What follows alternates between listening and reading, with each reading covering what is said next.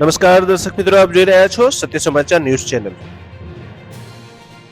હાલ ખેડૂતો પોતાની માંગણીઓને લઈને ફરી રસ્તા પર ઉતરી આવ્યા. સરહદો સીલ કરવાને કારણે 5 રાજ્યોને દરરોજ 500 કરોડ રૂપિયા સુધીનું નુકસાન થઈ શકે છે. ખેડૂતોના આંદોલનના લાંબા સમય સુધી ઉત્તરીય રાજ્યોમાં વેપાર અને ઉદ્યોગને ગંભીર નુકસાનની સંભાવના. આગામી સપ્તાહમાં કડકડતી ઠંડીનો છેલ્લો રાઉન્ડની આગાહી. વેસ્ટર્ન ડિસ્ટર્બન્સ સિસ્ટમ સક્રિય થતા ઠંડીનો પારો વધશે. ઉત્તર ભારતમાં પહાડી વિસ્તારોમાં ભારે હિમવર્ષા થવાની શક્યતા. ઈસરો હવામાનની સચોટ માહિતી આપવા માટે આજે સેટેલાઇટ લોન્ચ કરશે.